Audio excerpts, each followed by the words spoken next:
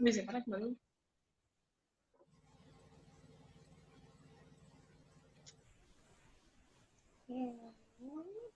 El video.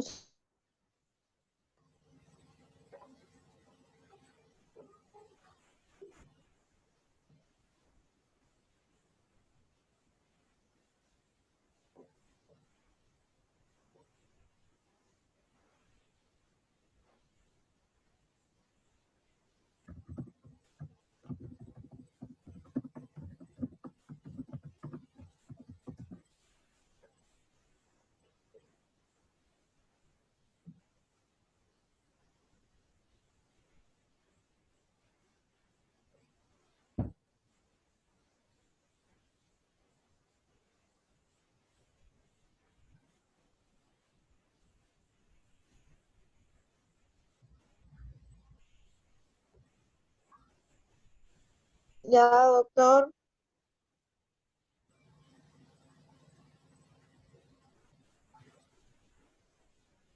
¿Me escucha, Sí, ya yo escucho. doctor?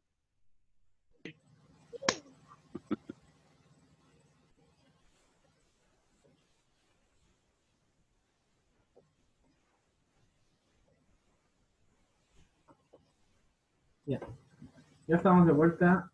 Esta es la segunda parte ya del tema que estamos avanzando. Hace rato les preguntaba en qué consistía, por qué los niños con hidrocefalia solían presentar en algunos casos cierto retraso mental, cierto déficit neurológico. Bien, ahora alguien dígame, ¿qué han investigado? ¿O qué es lo que han leído?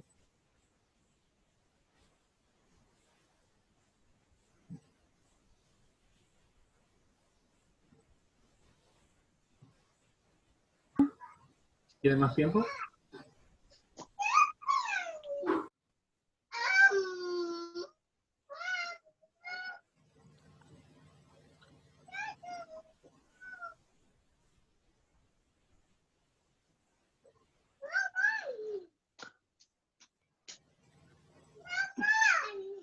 Póngalo en silencio, doctora, todo, no se escucha.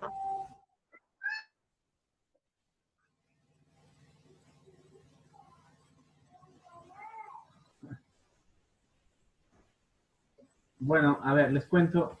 Hay presión, bien, hay presión intracerebral. Está llenándose de líquido ese cerebro, ¿no? Al llenarse, está comprimiendo el líquido, está comprimiendo el cerebro. Al comprimirse el cerebro no va a funcionar adecuadamente.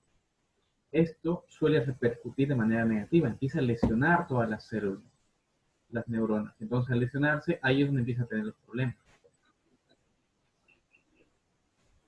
Bien, Clever, Yamile, Dayana, Daniela y María. ¿Pueden encender su cámara un segundo, por favor? Solamente 10 segundos, nada más.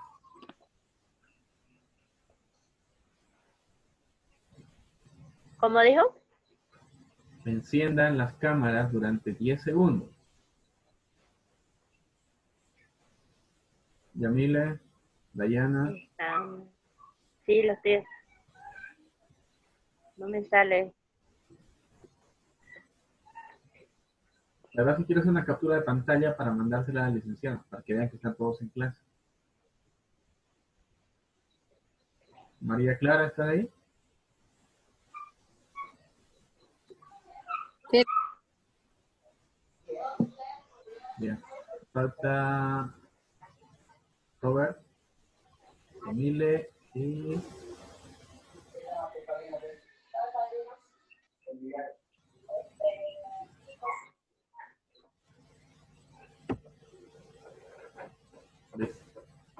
Bien, continuamos con el tema. Ya vamos a terminar de avanzar el tema de ahora.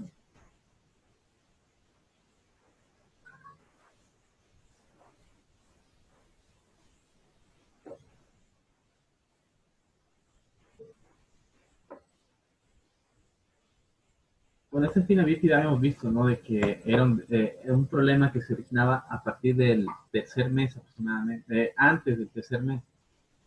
Si hasta el tercer mes no hay solución de esto, no hay solución, va a ser para toda la vida, va a ser irreversible. ¿Bien? Repetimos una vez más, la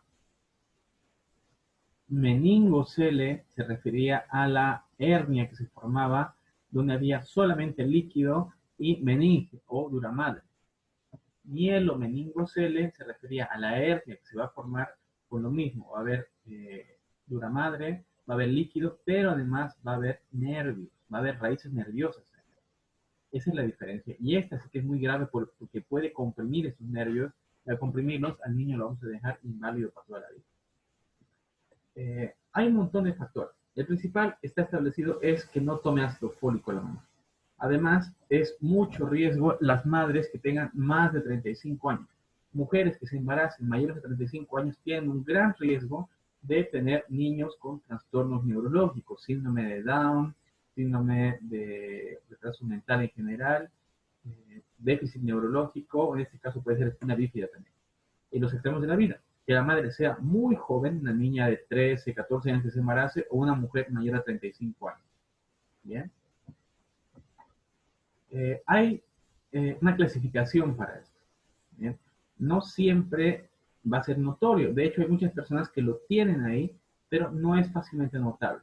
Se nota cuando el niñito empieza a caminar y se da cuenta que tarda mucho en desarrollarse, no camina bien las piernitas, entonces ahí recién se da cuenta que hay una pequeña hernia ahí abajo.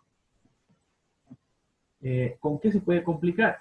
Bueno, pues como dije al principio, sí puede complicarse con una hernia, una hidrocefalia, perdón, que es la acumulación de líquido exageradamente a nivel cerebral que puede comprimir el cráneo y aumentar de tamaño, una gran inflamación. Son niños por lo general que por esa compresión nerviosa van a tener déficit motor, no van a coordinar bien. Al momento de caminar, van a caminar de manera bastante descoordinada. Como están lesionados los nervios pudendo, los nervios que están abajo a nivel del coxis, esos niños no van a ser capaces, van a usar pañales hasta los 7, 8 años. Incluso hay niños que usan pañales toda la vida, porque no pueden retener. ¿Bien? A otro gran problema que suele haber es eso con esos niños.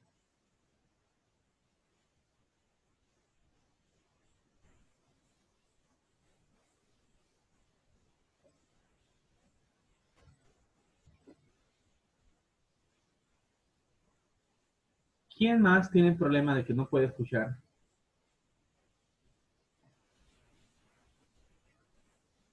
No se escucha nada. Y ahora sí recién se escucha. Espero que soy el único. Se cortaba por rato.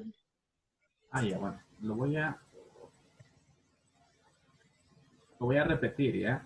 El problema que tenían estos pacientes era justamente eso, ¿no? Primero, hidrocefalia, aumento del volumen. Segundo, dificultad motora y motriz para movilizarse.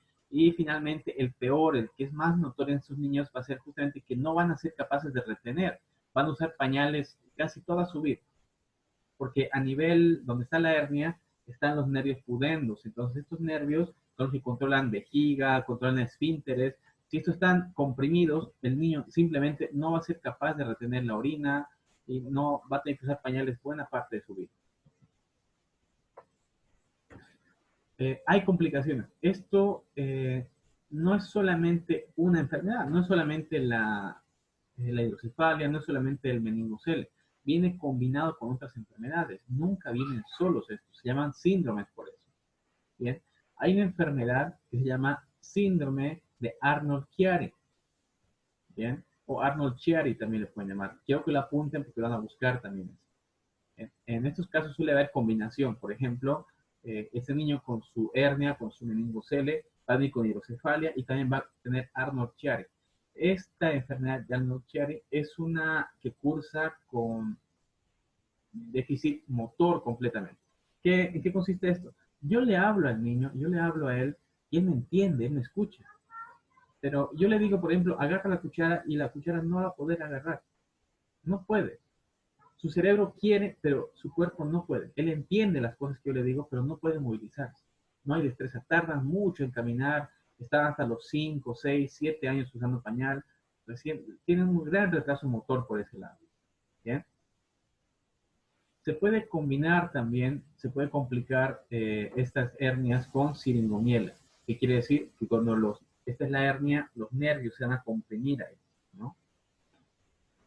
Y finalmente, a nivel cerebral, puede pasar lo mismo. Si en la espalda, en el nivel lumbar, a este niñito le pasa esto, imagínense si le pasa a nivel cerebral. Esos mismos quistes van a darse a nivel cerebral. Puede pasar. Tratamiento. Desafortunadamente no es algo fácil arreglar esto. Normalmente esto se lo detecta cuando está en el útero, ¿ya? Cuando se le hacen las primeras ecografías. Por eso es importante que la mamá tiene que hacer su ecografía cada mes, porque si lo detectamos a tiempo, tras que nazca, el niñito se lo lleva a cirugía, se cierra el defecto y él tiene probabilidad de que puede comer, puede caminar y puede movilizarse. ¿Bien? ¿De acuerdo? Entonces, él tiene capacidad de que pueda recuperarse. Pero si pasamos las 48 horas, el bebé ya no va a ser capaz de caminar.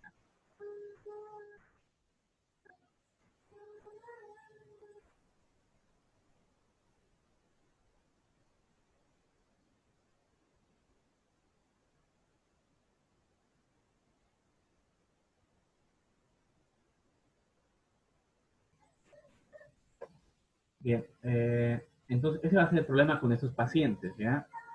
Tratamiento, entonces hablamos de primeras 48 horas de vida. Después de eso ya no va a ser posible. Hasta aquí sería toda la parte de espina bífida, ¿ya?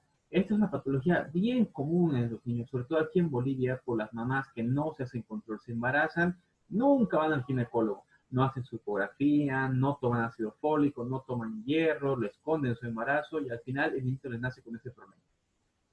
Bien, el trabajo de ustedes en estos niños que lleguen así va a ser tratar de recuperar lo más posible la motricidad principalmente.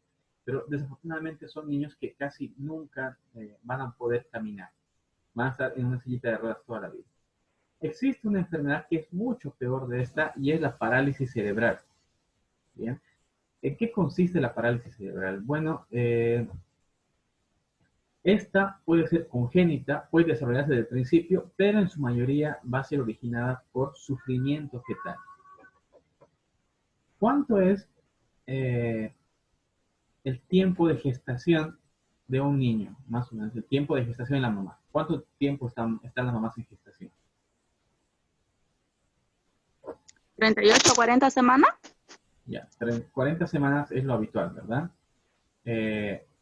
Después de las 40 semanas ya nace, ¿no? Aquí en Santa Cruz, por ejemplo, yo no conozco niños que nazcan en 40 semanas. A las 38 semanas ya están pateando para salir. Sí. Ya, ¿qué pasa? Y esto lo han debido escuchar ustedes seguramente. ¿Qué pasa cuando la mamá empieza a hacer contracciones y el bebé se hace caquita adentro? Se hace sus necesidades ahí adentro. Y aspira ese líquido con heces fecales ahí dentro del útero. ¿Cómo se llama eso? No me acuerdo. Sí, pero no me acuerdo. Lo voy a apuntar en el chat, ¿ya?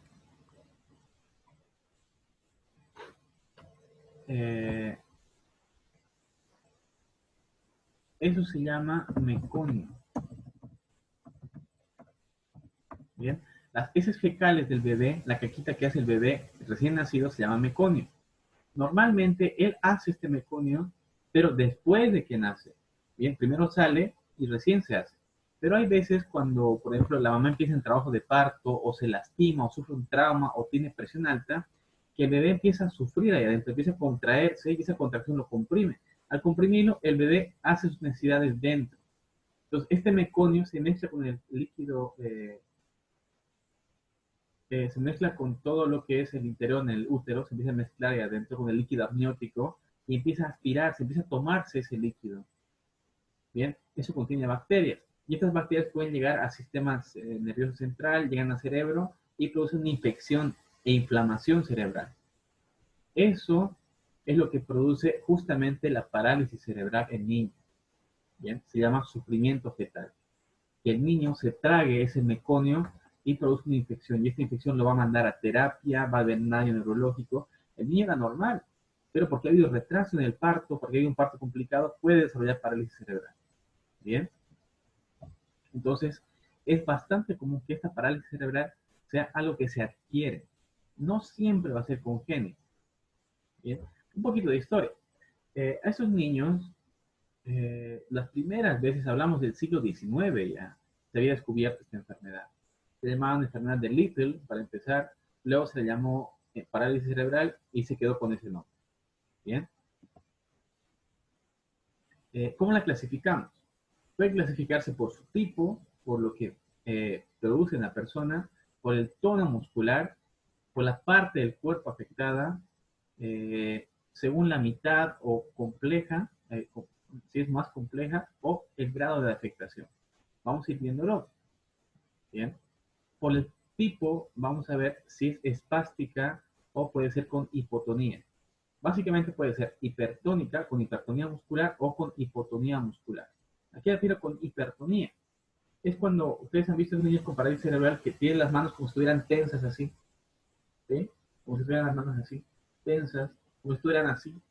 Eso es hipertonía. Esos niños tienen una parálisis espástica, que el músculo está constantemente tenso. Por el contrario, hay otra que cursa con hipotonía. Le agarramos la manito y no la puede levantar. Le agarro la mano y él no la puede. Le digo que me apriete la mano y no puede apretar, no tiene fuerza. Eso se llama hipotonía. Hay otro tipo que cursa con ataxia o con descoordinación motora. ¿En qué consiste? ¿Qué es la ataxia? Hagan esto. ¿Tienen un bolígrafo ahí? Agarren el bolígrafo. ¿Sí? Bien. Ahora agarren su dedo así, mirándolo de frente. Y toquen con el dedo. Pero mirándolo de frente. Ahora hagan lo mismo, pero tapándose un ojo. Cierran un ojo y lo hacen con un solo ojo. Rápido. Con un solo ojo. Aléjenlo más y acérquenlo. No es fácil, ¿verdad?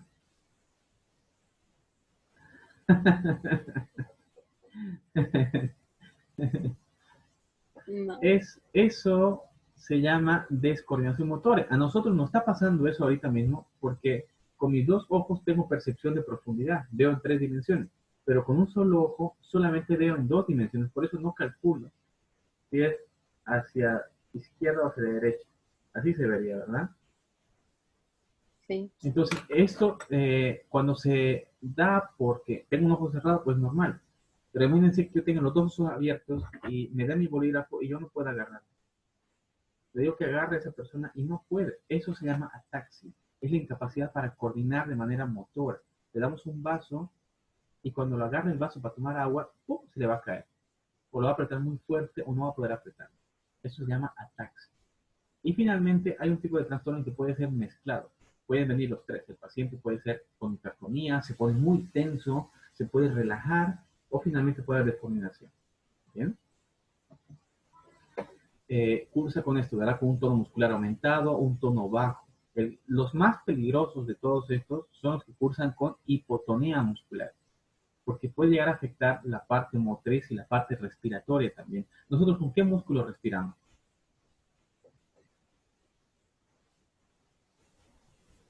¿No?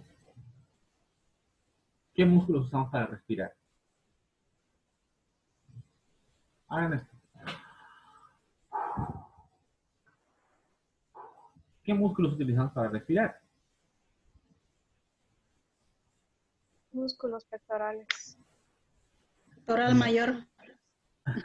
Ayudan los pectorales, pero realmente el músculo principal que se utiliza es el diafragma. ¿Se acuerdan del diafragma? Ese es el principal músculo respiratorio. Y los músculos intercostales, los que están entre las costillas, esos son los músculos accesorios de la respiración. Entre ambos me ayudan para hacer esto. Puedo hacer eso, ¿verdad? Bien. En estos pacientes es muy peligroso la hipotonía, porque si llega a haber hipotonía a nivel del músculo diafragma y a nivel del músculo accesorio, los intercostales, no va a haber fuerza para respirar. ¿Y qué pasa si el paciente no respira? Pues se va a morir, ¿no? Eso es el peligro que tiene la hipotonía muscular, que es bastante más, que tiene mal pronóstico en los pacientes con parálisis cerebral. Ahora, esto sí, 100%, por favor, apaguen su micrófono, porque choca un poquito en el sonido y no puedo escucharlo, ¿ya?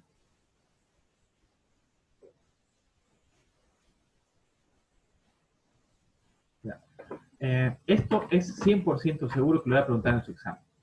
¿Bien? Aquí le llamamos monoplejía.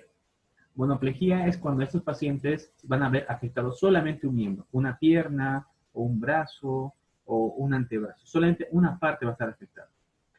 Hemiplejía va a ser cuando se afecta la mitad. Bien.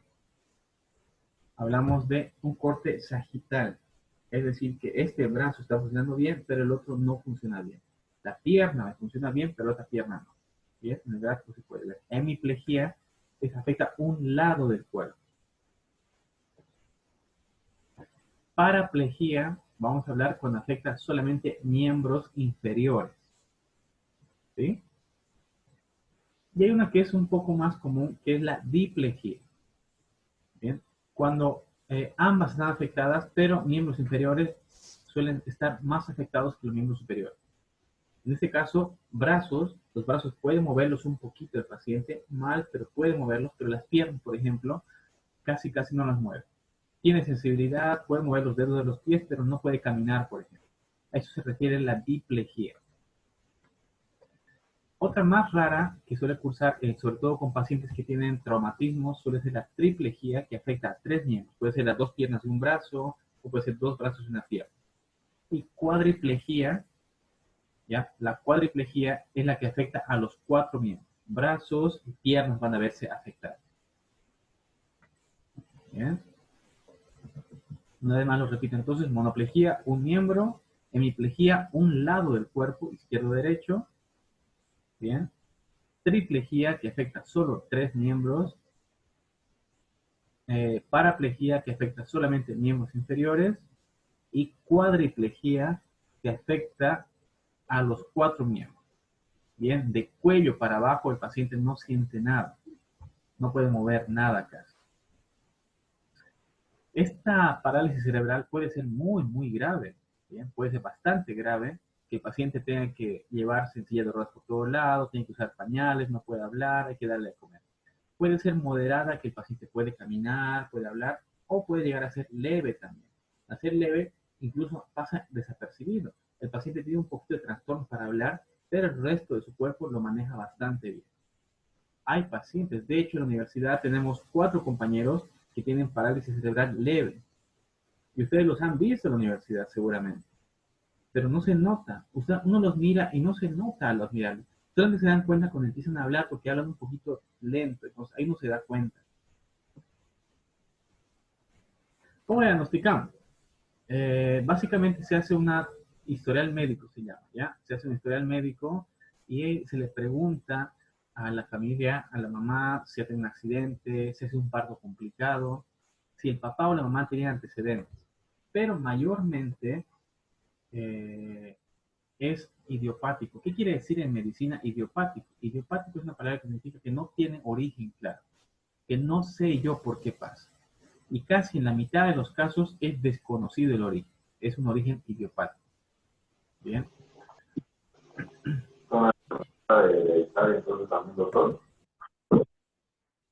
No te entiendo. ¿Puedes escribir la pregunta? ¿La puedes escribir por el chat?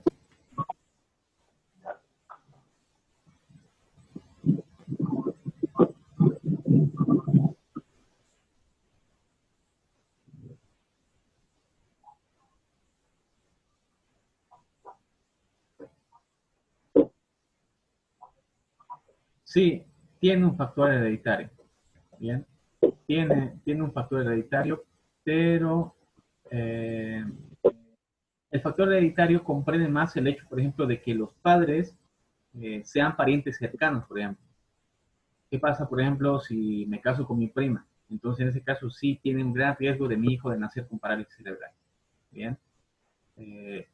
También tiene factores durante el desarrollo, durante la parte prenatal, que la mamá tenga presión alta, por ejemplo, o que tenga un trastorno del factor RH. Que la mamá, por ejemplo, sea de un tipo de sangre y que el bebé sea de otro tipo de sangre. Eso puede producir sufrimiento fetal y puede producir más adelante esas lesiones que estamos viendo. ¿Bien?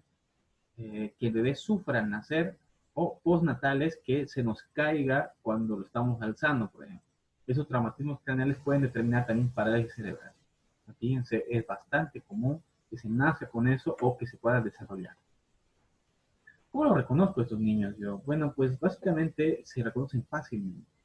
Ellos escuchan y entienden, aunque son un poquito más lentos, pero pueden entender. Pero al momento de desarrollarse, ir al baño, comer, hablar, ahí es donde van a presentar bastantes retrasos estos pacientes. Ahí está lo que les compete a ustedes, cómo los tratamos. Y esta va a ser la tarea para esta semana, para entregármela la semana siguiente.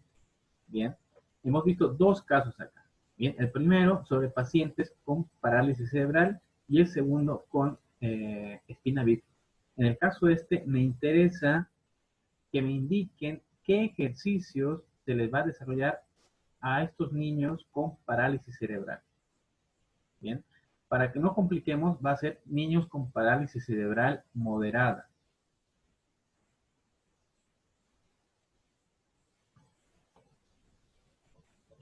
En el caso de la terapia Bogart, enfoca dos cosas. ¿Bien? En realidad son cuatro cosas las que enfoca. La primera es ejercicios físicos para mejorar la parte muscular. La segunda es establecer rutinas en el paciente, como por ejemplo que todos los días tras que se levanta, aunque no tenga ganas, tiene que ir al baño, que tiene que comer en sus horas, que tiene que aprender a cambiarse. Es terapia ocupacional. Luego, terapia conductual es estimular justamente que sea un hábito y una rutina para él. Y finalmente, con el logopeda, que es un especialista en la parte del habla en el paciente. ¿Bien? ¿Cómo prevenimos esto? ¿Y ustedes qué le tienen que decir a sus pacientes? Sobre todo a las embarazadas. De que el embarazo tiene que tratar de llevarse a cabo bien. O sea, no es que tenga que nacer a las 38 semanas por cesárea. Si tiene que nacer a las 40, nace a las 40. Segundo, cuidar mucho la cabeza del pequeñito. Es cierto que la cabeza de un recién nacido es bien elástica, no es sólida, es bien elástica, bien se puede moldear, pero los traumatismos pueden ser muy graves en ella. Bien. Segundo, de que si el niño se pone amarillo, sí o sí hay que llevarlo con un especialista porque esa bilirrubina que se acumula puede ser tóxica a nivel cerebral. Y finalmente, y eso que les quiero preguntar aquí a todos, vamos a ver quiénes están. Clever, Isabel, María. ¿Aquí todo el mundo sabe cuál es su tipo de sangre? Sí, yo sé la mía. ¿Saben cuál es el tipo de sangre de su pareja? Sí, la misma que la Sí. mía. Bien. Tengo para Positivo. Vos A positivo y yo B positivo. Bueno, pues les voy a dar un consejo. ¿Ya? Si su pareja es de un tipo de sangre diferente de ustedes, déjenlo. Búsquense a alguien que tenga su mismo tipo Te de sangre. dejo. No, mentira, es broma. Pero les digo lo que pasa, es que suele haber un gran problema con la incompatibilidad sanguínea. ¿Bien? A veces pasa de que la mamá justamente tiene su propio tipo de sangre, ¿verdad? Digamos que es O positivo. Pero el bebé tiene el tipo de sangre del papá. Y el papá tiene B positivo, por ejemplo. Esa incompatibilidad del bebé con la mamá suele producir justamente un anticuerpo que es tóxico para el niño. Y eso determina más adelante que ese anticuerpo produzca lesión a nivel de los eritrocitos, los destruye. Esos eritrocitos destruidos se convierten en bilirrubina y la bilirrubina se acumula en el cerebro y eso es muy peligroso. ¿Bien? Esa patología se llama, ¿alguien sabe cómo se llama esa patología?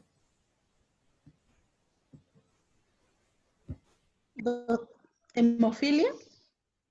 No. Cuando la bilirrubina se acumula de manera tóxica a nivel cerebral y produce daño neurológico.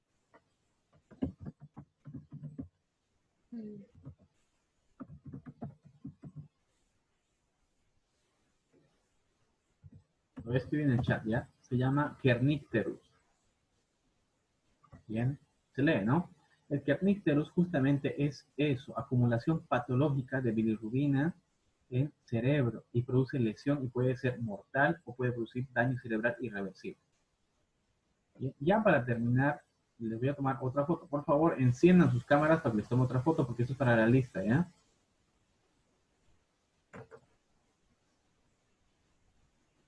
Clever, Clara, Isabel. Ya les digo que falta Isabel y falta Clara. ¿Listos? ¿Están todos? Bueno, cuando yo les diga, van a sonreír y van a saludar, ¿ya? Les tomo una foto. 1, 2, 3. Sonríen. Muy bien. Esta foto la voy a utilizar para tomar lista. Ya la voy a mandar a la licenciada para que vea que estamos haciendo clases de verdad.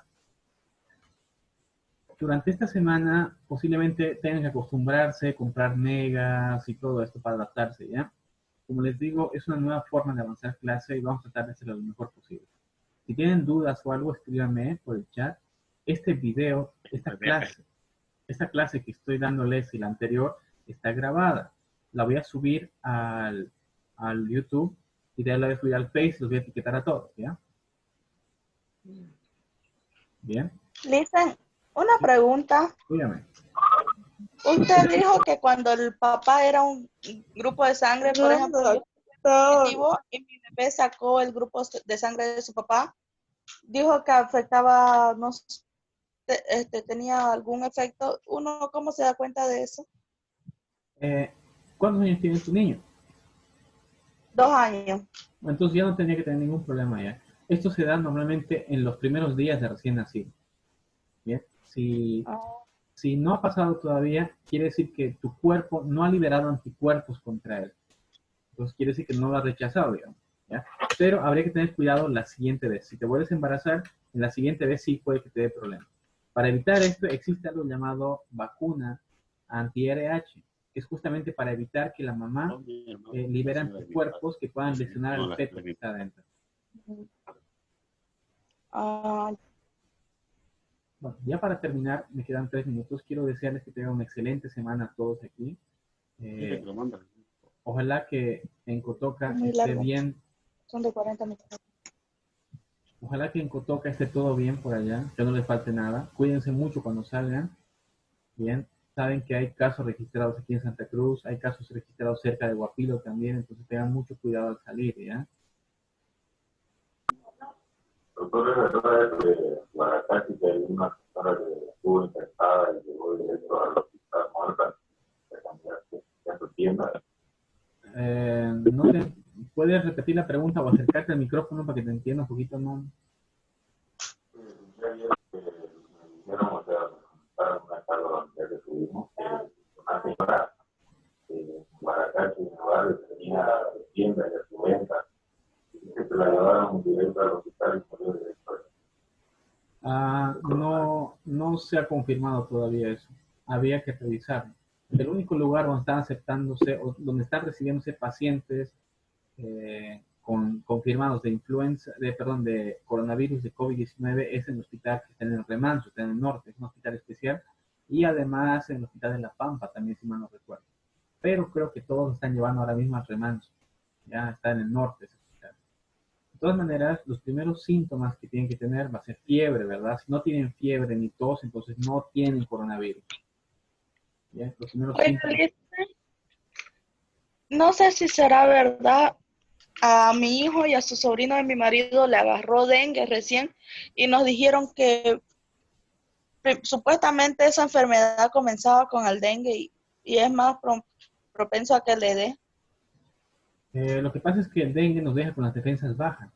Entonces, al estar con las defensas bajas, pues puede que seamos susceptibles de que nos enferme otra cosa, ¿no? Eso es normal, porque el dengue deja con los glóbulos blancos bajos. ¿Recuerdan? Sí, pregunta examen, eso también, ¿no? Cuando hay dengue, hay leucopenia, ¿sí?